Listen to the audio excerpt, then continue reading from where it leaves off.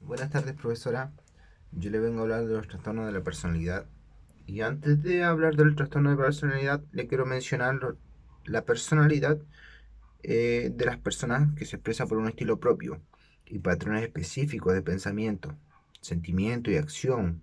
Cuando los rasgos de personalidad son inflexibles y comienzan a ocasionar problemas para la conducta maladaptativa y conflictiva que se hace en el ámbito, por ejemplo, familiar, social y laboral, se está generando patrones permanentes de experiencia interna, comportamientos tal vez que se alejan de las expectativas de la cultura a la que pertenece o a la que dice pertenecer y que se presenta en áreas, por ejemplo, de la cognición, la efectividad, el control de impulso.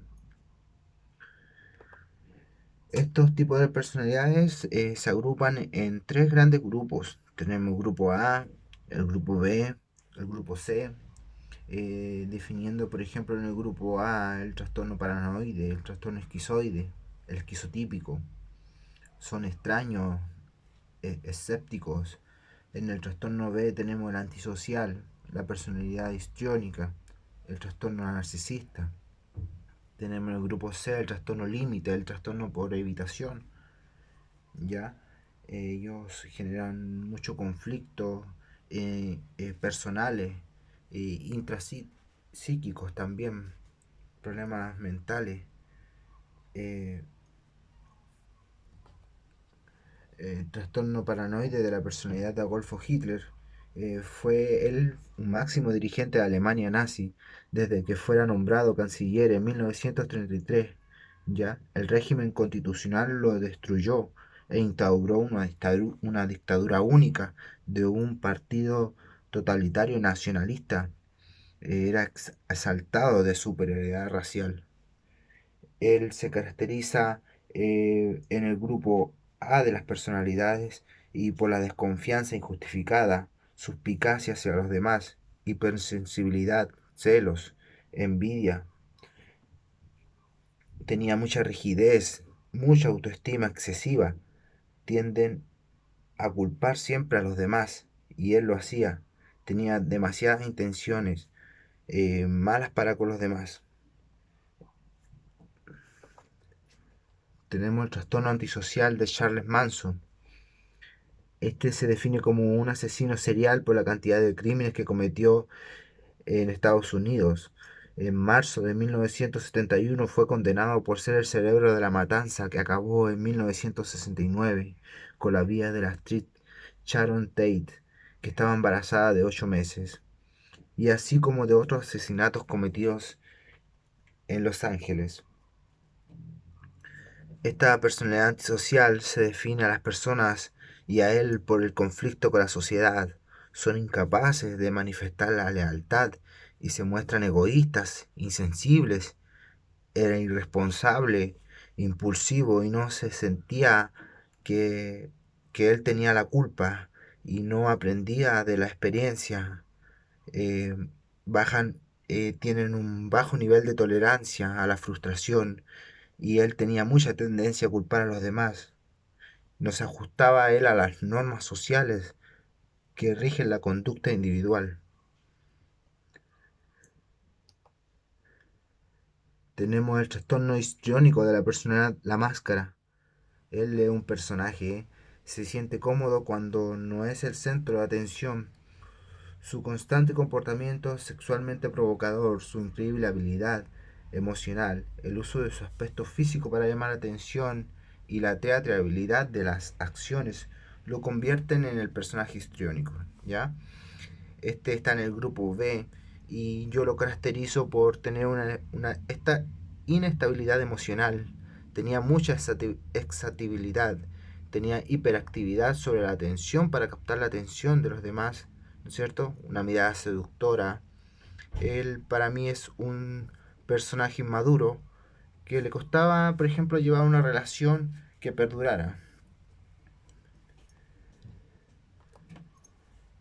Tenemos el trastorno narcisista de Cruella de Vil.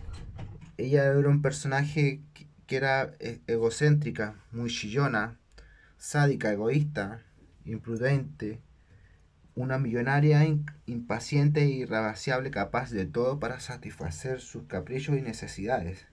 Era una persona muy obsesiva por las pieles de los animales. Ella está en el grupo B también de la personalidad narcisista, que se caracteriza por tener sentimientos agrandados, unas sensaciones de tener más derechos sobre los demás, falta de empatía, tenía envidia, manipulación de la atención y admiración, tenía una sensación exagerada de importancia de ella misma, respuesta exagerada a la crítica, no aceptaba críticas, tenía inquietudes excesivas por el autoestima y la imagen propia, ¿no es cierto?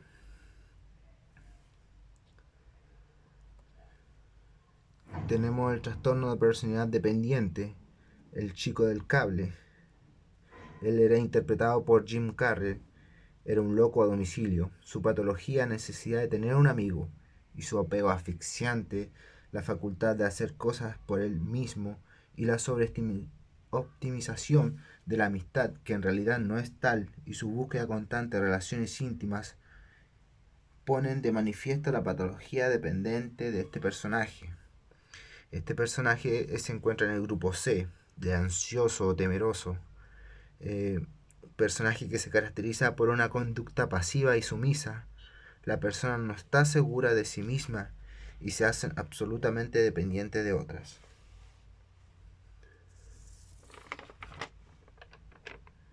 Carecen de personalidad de sí mismo y hacen que otros asuman la responsabilidad de aspectos importantes de su vida. Bueno, eh, yo saqué por conclusión que cualquiera de nosotros podemos sentirnos identificados con alguna de estas personalidades, lo cual es esperado, ya que los rasgos de personalidad se manifiestan de acuerdo al contexto en el que se esté, ¿no es cierto?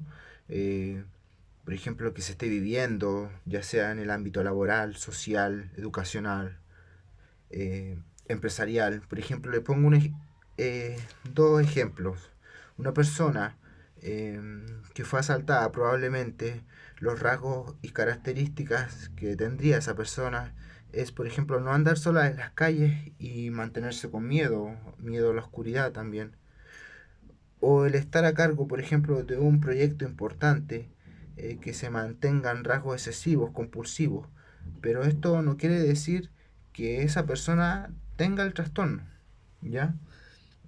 Sabemos que las personas sufren un trastorno de personalidad que presenta alteraciones del comportamiento, el sentimiento y la percepción de la realidad.